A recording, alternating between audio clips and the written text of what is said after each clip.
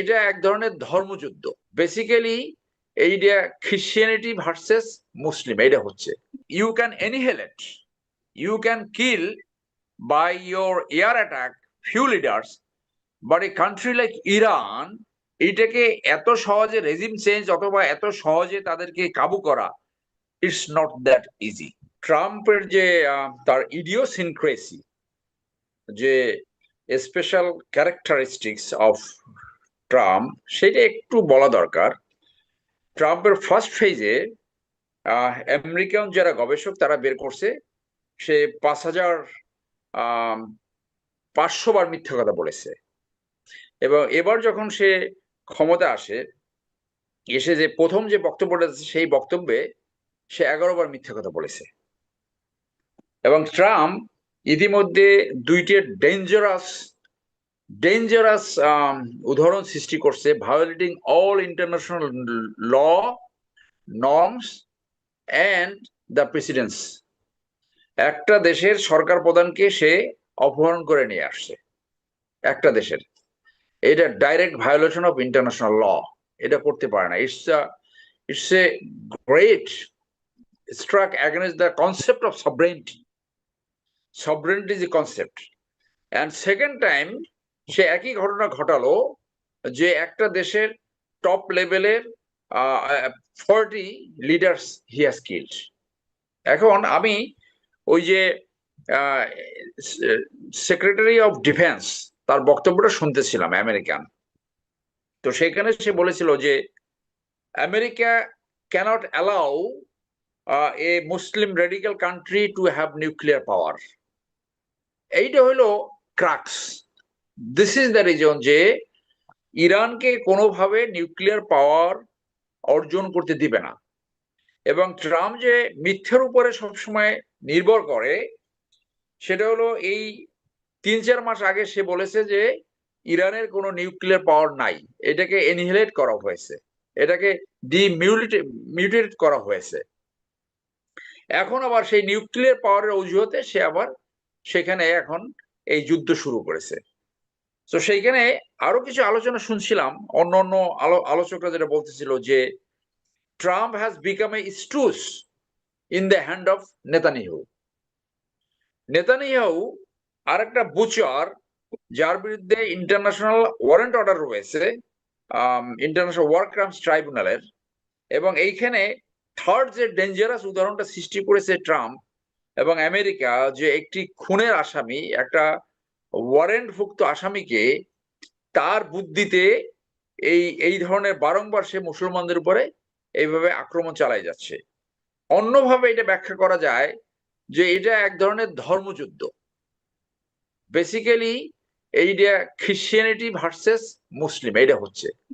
এখন ট্রাম্প এবং নেতানিয়াহু এইটা পেরেছে যে তারা বাকি সব মুসলিম কান্ট্রিকে এই আরেকটা মুসলিম কান্ট্রির এগেনস্টে ব্যবহার করতে। জি, তো সেই জায়গাটা তারা সফল হয়েছে যে ট্রাম্প সমস্ত ইন্টারন্যাশনাল নর্মস ভেঙে অ্যাকচুয়ালি এইটা হলো যাতে কোনোভাবে ইরান ভবিষ্যতে রেজিম চেঞ্জ হোক বা না হোক, কোনোভাবে যাতে নিউক্লিয়ার পাওয়ার অর্জন না করতে পারে, এবং এনিহিলেশন অফ দ্য মুসলিম। সেই ক্ষেত্রে দুর্ভাগ্য হলো যে সবসময় তারা অন্য মুসলিম কান্ট্রি কি লঞ্চিং প্যাড হিসেবে ব্যবহার করতে সমর্থ হয়েছে। এখন আমরা যে জানতে পারলাম যে এই ইসরায়েল নামে যে রাষ্ট্রটা, এই রাষ্ট্রের তারা কোনো আন্তর্জাতিক নিয়ম নীতি মানে না, এবং they are the outpost of USA. So এই আউটপোস্ট ইউএসএ কে একদিকে যেমন নেতানিয়াহু বা এই ট্রাম্পকে স্টুজ বানিয়ে যে কোনো ঘটনা ঘটাতে পারছে, কারণ এইটা নেতানিয়াহু যে এমফেসিস করতেছিল এই যুদ্ধটা যাতে শুরু হয়, এবং এই যার বা নিজের দেশে করাপশনের এলিগেশন আছে, কোর্টে মাঝে মাঝে হাজিরা হয় এবং ওয়ারেন্টভুক্ত আসামি আন্তর্জাতিকভাবে, সে তার ইন্টারনাল পলিটিক্সে টিকে থাকার জন্য এই যুদ্ধটা ট্রাম্পকে আশ্বস্ত করতে পেরেছে, তাকে কনভিন্স করতে পেরেছে যে এই যুদ্ধটা নেসেসারি। এখন আপনি আসেন যে যুদ্ধ কতদিন টিকবে। এই যুদ্ধ it can prolong long time. আপনার মনে আছে যে রাশিয়া যখন আক্রমণ করছিল ইউক্রেনকে, বলছিল যে 24 ঘন্টার ভিতরে কিয়েভে পৌঁছবে। সেটা তো এখন মোর দ্যান 3 ইয়ার্স হয়ে গেছে, এত সোজা না। এবং এই ট্রাম্পের এই যে violation of the sovereignty of another country, সভরেন্টির কনসেপ্টটাকে যে একদম শেষ করে দিল, এইটা এই পুতিন সহ অন্যান্য যারা অ্যাগ্রেসর, ভবিষ্যৎ অ্যাগ্রেসর, তাদেরকে এক ধরনের লেজিটিমেসি দিল। সে যে ক্রিমিয়া দখল করে নিল অথবা একটা অংশ দখল করে আছে ইউক্রেনের, সেইটার বিরুদ্ধে কথা বলার আমেরিকার আর কোনো মরাল গ্রাউন্ড থাকে না, আর কোনো নৈতিকতা থাকবে না। এবং যে সমস্ত ছোট দেশ রয়েছে, সেই ছোট দেশের কোনো সরকার প্রধানকে রিজনাল পাওয়ার বা ওইরকম যদি কেউ থাকে ধরে নিয়ে আসলো, তখন কিন্তু তার আর কথা বলার কিছু থাকবে না। তখন ওই সমস্ত দেশ আবার নিজেদের সভরেন্টি, নিজেদের সার্বভৌমত্ব টিকিয়ে রাখার জন্য তখন দেখা যাবে যে বড় পাওয়ার উপরে নির্ভরশীল হবে, বড় পাওয়ার আবার তাদেরকে একরকম এক্সপ্লয়টেশন করবে। অর্থাৎ যে একটা সামঞ্জস্যপূর্ণ যে একটা এই আন্তর্জাতিক ব্যবস্থা, রিজিওনাল ব্যবস্থাগুলো, সেইগুলো সমস্ত কিছু ভেঙে পড়েছে।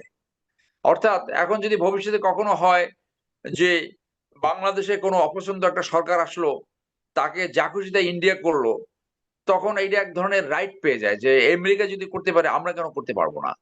সো এইটা ছোট রাষ্ট্রগুলোর জন্য একটা অন্য ধরনের বার্তা, এক ধরনের একটা ভীতিকর পরিস্থিতি সৃষ্টি করেছে। এবং ট্রাম্প দেখিয়েছে যে একটি একটি আনরিজনেবল পার্সনের উপর যদি মানে ক্ষমতা যায়, তাহলে সে কি করতে পারে। দ্যাটস হোয়াট ট্রাম্প হ্যাজ শোন। এই এই ইরান একটা বড় রাষ্ট্র, একটা ঐতিহ্যবাহী রাষ্ট্র এবং অত্যন্ত কালচার্ড, 5,000 বছরের ইতিহাস তাদের রয়েছে, এবং সেটা মোর রিচার দ্যান ইউএসএ, এবং ভৌগোলিকভাবে অত্যন্ত বড় বড় দেশ। তাদের নিজস্ব যে প্রযুক্তির মাধ্যমে, যেটা একটু আগে বলা হলো, আমাদের সহ-আলোচক বললো, ড্রোন, এটা দিয়ে অনেক দিন আমেরিকাকে অথবা তাদের যে অ্যাডভার্সারি আছে, একসাথে সমস্ত নেইবারিং আরব কান্ট্রি এবং ইউএসএ, তার সাথে যদি ইউকে জড়িয়ে যায়, অন্য সবাই জড়িয়ে যায়, তাদেরকে কিছু না কিছু অ্যাটাক করার মতো, অন্তত ড্রোন হামলা করার মতো ক্যাপাসিটি হয়তো অনেকদিন থাকবে। এবং এগুলো অলরেডি এফেক্ট করেছে। আপনি দেখেন ট্রাম্প খুব তাড়াতাড়ি অভ্যন্তরীণ চাপে পড়বে, যেরকমটা মোস্তফা সরোয়ার ভাই বললেন। কিরকম? এই অয়েলের দাম বেড়ে গেছে, ইউকেতে গ্যাসের দাম 50% বেড়ে গেছে, চায়নাতে দাম বেড়ে যাবে, কারণ চায়নার একটা বড় ধরনের সাপ্লাই যায় এই গালফ থেকে, এখান থেকে, ইরান থেকে। তো ওয়ার্ল্ড মার্কেট আনস্টেবল হয়ে যাবে, শেয়ার মার্কেট আনস্টেবল হয়ে যাবে। এবং বডি ব্যাগ যদি আরো বেশি করে যায়, অলরেডি 4 জন নিহত হয়েছে, আরো হয়তো হতে পারে যেগুলো আমরা জানিনি। এবং তারা বাধ্য হয়েছে মাত্র 2টা ড্রোন অ্যাটাকে তাদের পুরা ইউএস এর সৌদি আরবের সমস্ত কনসুলার সার্ভিস, সমস্ত যে এম্বাসি সার্ভিস সব বন্ধ হয়ে গেছে।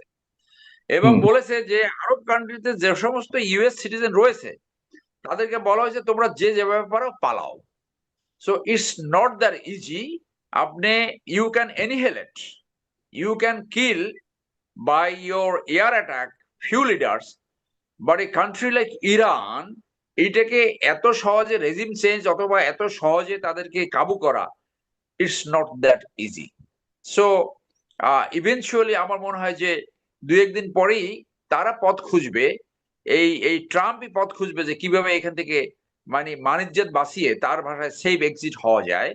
এবং এখানে আরেকটা পথ, আরেকটা সিরিয়াস রেমিফিকেশনস এখান থেকে আসছে। সেটা হলো যে আপনার মনে আছে যে সালমান রুশদি একটা বই লিখেছিল, সেই বইতে মুহাম্মদ সাল্লাল্লাহু আলাইহি সাল্লামকে নিয়ে সে ডিফেমেটরি তার ল্যাঙ্গুয়েজ ছিল।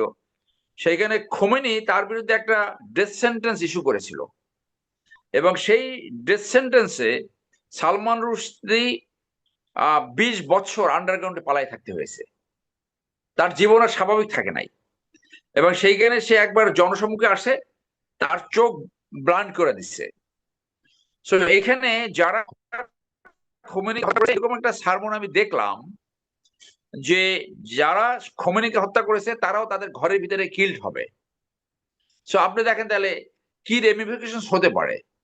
আমেরিকান যারা এটা করছে, তাদের কারো কারো উপর যে এরকম অ্যাসাসিনেশন অ্যাটেম্প হবে না, you cannot say that. So এইটা কিন্তু 1 দিন 2 দিনে থেমে যাওয়ার ব্যাপার না। সো ট্রাম্প কিন্তু আসলে খুব ডেঞ্জারাস একটা ফরেন পলিসি ফলো করতেছে এবং আমেরিকান ইতিহাসে বোধহয় সবচেয়ে বাজে দৃষ্টান্ত সে স্থাপন করেছে। এবং যেটা মোস্তফা সরোয়ার ভাই বলেছে যে সে নিজেও এই নির্বাচনে হেরে মধ্যবর্তী নির্বাচন, ইকোনমি, শেয়ার মার্কেট নিজেই ইনভেস্টমেন্টের মানে সম্মুখীন হতে পারে বলে ধারণা করা হচ্ছে। ধন্যবাদ।